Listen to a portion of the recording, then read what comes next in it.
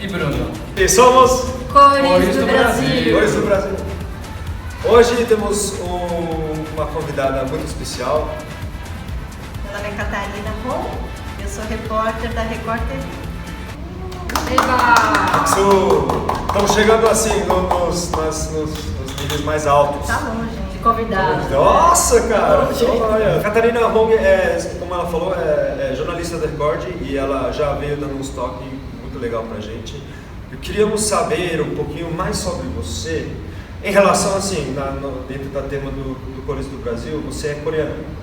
Eu sou brasileira. Brasileira. Sou brasileira, eu nasci aqui no Brasil e meus pais são coreanos. Eles chegaram aqui em 71, eles são da geração 1.5, porque quem teve a iniciativa de vir para cá foram meus avós e os meus pais chegaram aqui aos 17 anos, os dois da mesma idade. Então eles terminaram lá os estudos e vieram aqui fazer a faculdade. Então eles falam bem português, eles se naturalizaram brasileiros, eles são, né, já estão aqui há muito tempo, mais tempo aqui do que na Coreia. Entendi. E aí, então, eu acho que para você escolher a sua carreira, então acho que foi mais tranquilo, né? Não tinha tantas, por eles já estarem mais inseridos, eu acredito, na sociedade brasileira, não tinha tanta talvez pressão para você escolher alguns tipos de curso. Não teve pressão nenhuma. Foi bem, meu pai e minha mãe sempre fizeram questão de falar que eu tinha liberdade total para escolher o que eu quisesse fazer. Eles diziam assim, eles dois têm loja, têm confecção no Bom Retiro e falavam, olha, se você quiser trabalhar com confecção, ótimo, a gente já tem aqui o caminho todo trilhado, você só segue. Mas se você quiser fazer outra coisa, faça. E se você quiser voltar atrás e fazer loja, também você tem aqui. Então faça o que você quer e siga o seu caminho. Então eles me deram total liberdade, tanto para mim quanto para as minhas duas irmãs, que são mais novas. E cada uma seguiu o seu caminho e ninguém hoje trabalha com confecção. Mas legal, mas por que jornalismo?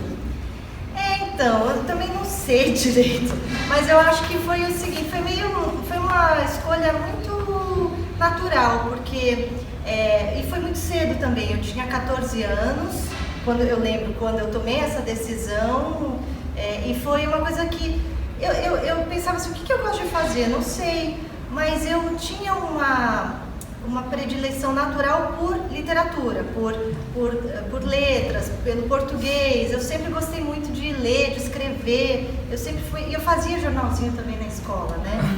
Assim, espontaneamente, colar, tem com cola, com arroz também, né? Que eu usava também. Você fala coreano? Eu falo coreano do Jardim de Infância. Curiosidade, em casa você, quando era criança, mais menorzinha, com as irmãs, vocês falavam coreano ou português? Português. Porque seus pais também têm mais facilidade com português? Os meus pais, eles falam tanto português quanto coreano, falam bem. Como eles vieram para cá aos 17, eles já tinham sido alfabetizados, passaram no ensino fundamental, médio lá.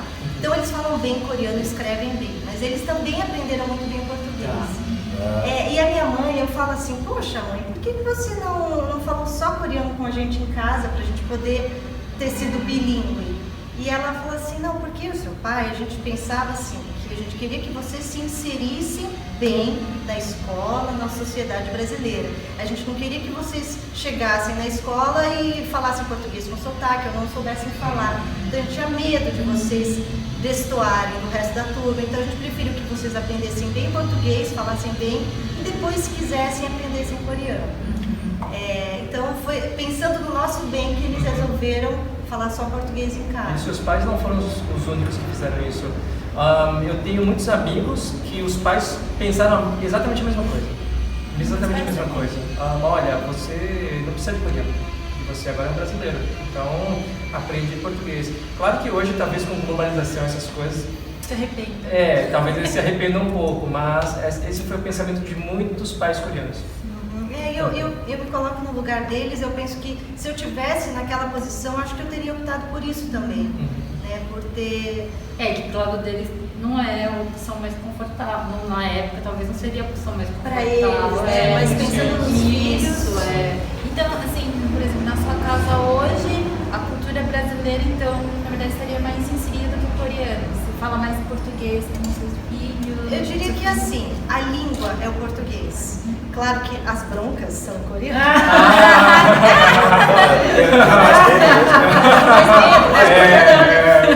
Não, mas assim, a língua é português, mas o extrato, o conteúdo é coreano. Né? Então, a forma de se relacionar, os valores, a educação é coreana. A língua é que é o português. Você tem um filho... Eu tenho um filho, ele é mestiço, o pai dele é americano. Enfim, então ele é mais internacional ainda. Né? Ele é todo chama de bagunçado. Alma ou mãe, mãe? Não, ele chama de mamãe. Mamãe. E com o pai ele fala inglês ou em português? Inglês. Então, aí que tá, olha só como é interessante, porque aí é isso que você falou, naquela época, anos 80, então os meus pais quiseram que eu falasse bem português para eu estar inserida. Hoje, no mundo globalizado, né, até porque o inglês é a língua do mundo globalizado, então a gente combinou assim, com o pai é só inglês, comigo é português e ele vai misturando inglês e português também. Mas o coreano, eu peço para os meus pais falarem coreano com ele, mas eles começam falando, depois eles caem no português. Eu acho que tem uma coisa, eu não sei de vocês, mas os meus filhos, qualquer oriental que eles veem, eles fazem sarro. Exatamente. Porque eles estão inseridos, tipo, eles andam mais na escola, é mais não orientais, né, mais brasileiros. Brasileiros, eu digo, brancos. E aí, quando eles encontram alguém oriental, eu vejo que eles cometem na dúvida. Tipo, falam, oi, faz assim, fica uma situação meio engraçada. É automático. E a minha filha, vou mandar um abraço pro Éder, meu amigo, brasileiro, branco, barbudo. Ele havia estudado na Coreia, né, então ele fala coreano. E ele veio falar coreano com a minha filha quando ela tinha uns 4 anos. A minha filha ficou assim, chocada. Porque era um cara... esperava. Exato. Curiosidade sobre jornalismo. O que é... What's the bright side and what's the dark side? Tipo, melhor coisa de jornalismo e pior coisa? É fácil falar do ruim. Não tem feriado.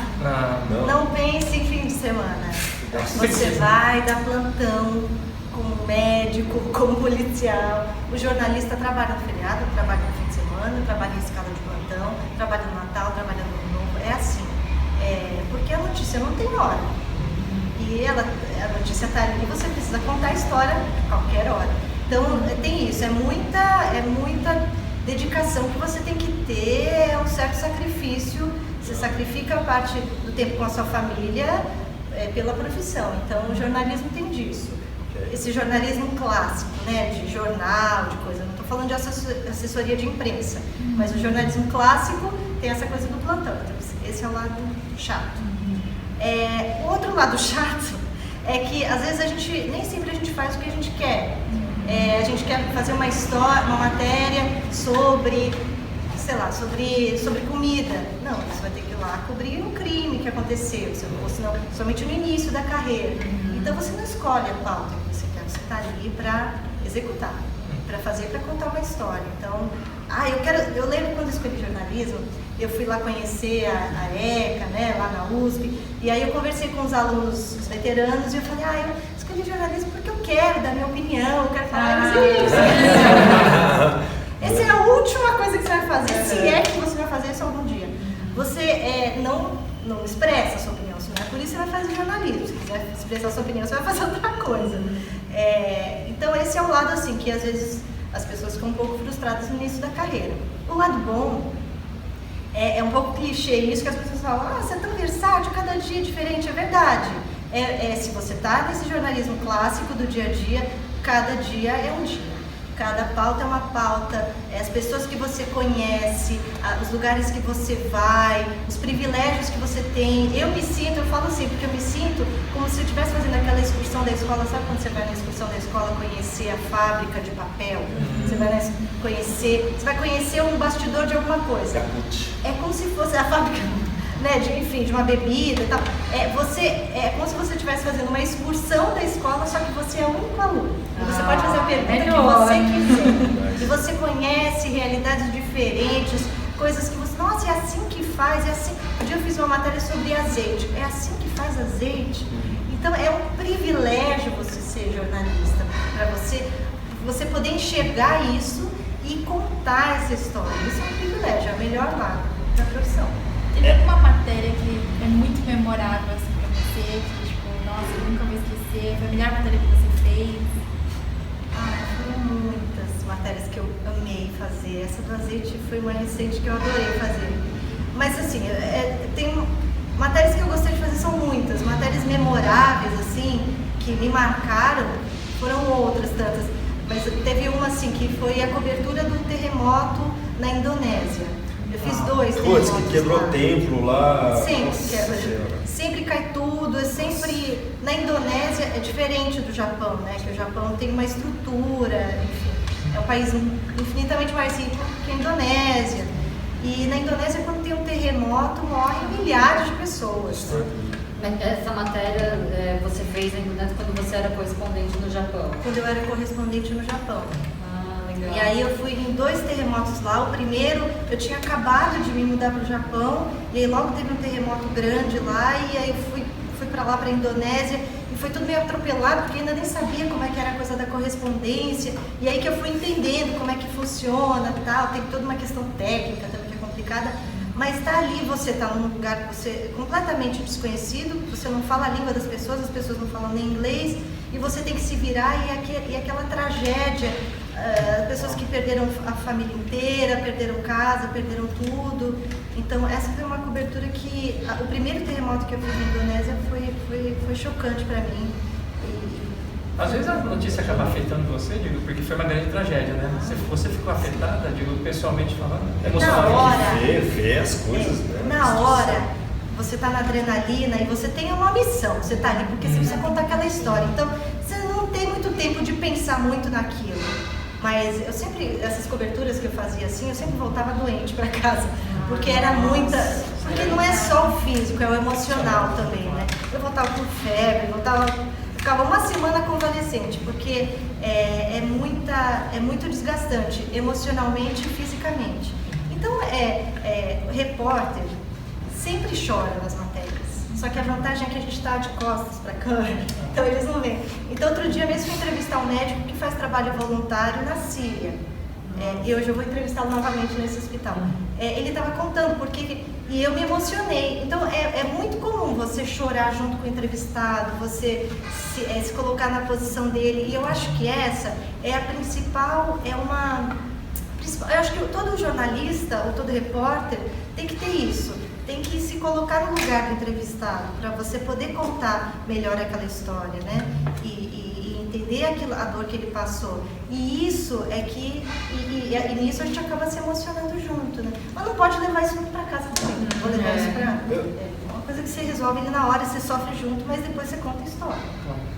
Você tem sentido esse impacto do fake news hoje? Porque parece que no círculo de jornalismo, assim, vamos dizer, o papo entre a galera, pelo menos os poucos que eu conheço, eles falam que, hoje não importa o conteúdo da matéria, importa quem foi o primeiro a lançar, sendo verdade ou não. Isso não é de hoje, é o furo. Isso é clássico do jornalismo também. Desde que tem jornalista, o jornalista sempre está nessa competição, quem que vai dar primeiro. Só que com a internet, hoje as fontes de notícias são muito variadas, qualquer uma é fonte de notícia. Então, para a gente que trabalha com jornalismo, é muito mais difícil você tem que averiguar, você tem que tomar muito mais cuidado na hora de você apurar uma informação. Quanto mais rápido você der a notícia, né, mais à frente você vai estar nessa briga pelo furo. E aí você tem menos tempo para averiguar aquela informação. E aí a chance de você dar uma informação errada é muito maior. Então, o que é importante... E hoje muita coisa se faz pelo telefone ou só pela internet, sem checar a informação. Por causa da pressa que se tem, né? Porque a notícia está muito instantânea. Então, na medida do possível, você tem que ir até o local, você tem que conversar com as pessoas que estão ali, com as fontes daquela notícia. Você tem que dar um jeito de averiguar aquela informação. Antes de dar qualquer notícia, tem que ter a preocupação de checar se aquilo é realidade ou não. Eu acho que isso tem muito a ver com o papo de fofoca também, entre até relacionamentos pessoais. Alguém fulano de tal falou isso de outro, né? Aí começa a chegar. que rola bastante em qualquer ciclo, acho que é importante isso, checar a fonte. Se a pessoa que está falando, jogando assim, falsa notícia, se essa pessoa é uma pessoa confiável ou não, né? Acho que tem muito a ver. Você já sentiu você teve esse tipo, alguém chegou numa história, você ficou sabendo de uma história, outra pessoa veio e contou uma versão dela em jornalismo? Já teve isso. Não rola briga? Não rola briga. Olha, na verdade, sabe o que acontece? Quando a gente está na cobertura de um acontecimento, de um evento, de um crime, o que quer que seja, os repórteres que estão lá, Record, Globo, SBT, Folha, Estadão, todo mundo que está ali, a gente se ajuda muito. Tem muita parceria. Com várias exceções, nós nos ajudamos muito, somos muito parceiros. Então, assim, um passa uma... eu peguei ali, achei que uma informação, eu tenho uma outra informação. Então, a gente vai compartilhando essas informações, porque o importante é você dar a notícia, né? E que a notícia esteja correta. Então, na minha experiência, eu acho que tem mais companheirismo do que atrito ou competição. Legal. Eu acho, no dia a dia, entendeu? Entre os cabeças, é outra história. Mas ali, no dia a dia ali da notícia, a gente tem muito mais companheirismo. Acho que é igual motoboy. A gente se vê uma motoboy na rua caída, a gente acha que é sério, nossa. Eu moto todo dia, nossa, eu vejo um cara caído, eu paro. Mas acho que rola mesmo. É isso mesmo. É tudo humano. Isso aí, a gente falou bastante da Catarina, sua carreira de jornalismo e também as coisas dos quais ela passa. A vida pessoal dela. A vida pessoal dela. Da Record, Da Record, TV, eu estou no Jornal da Record, que é às 9h45 da noite. 9h45, é o horário que eu estou dormindo. Por favor, meu filho também está nesse horário. Isso aí, Catarina, obrigado. A gente tem mais um tema para falar, então por enquanto, gente, por essa semana é só. Galera, tchau. Tchau.